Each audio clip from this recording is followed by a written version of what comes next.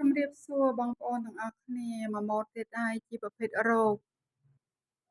បតុយត្រីតែយើងតស្បែកខាងក្រោមបងប្អូន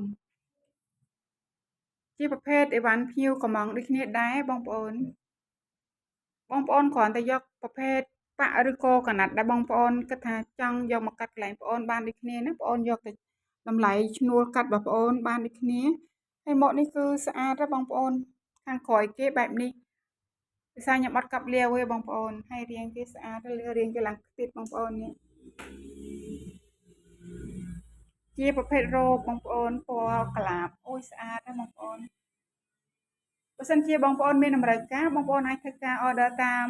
អនឡាញក៏បានបងមកដល់ទីតាំងបានដូចគ្នាឬក៏បងកំងតាម page បងផ្ញើតាគីឡូកម្ពស់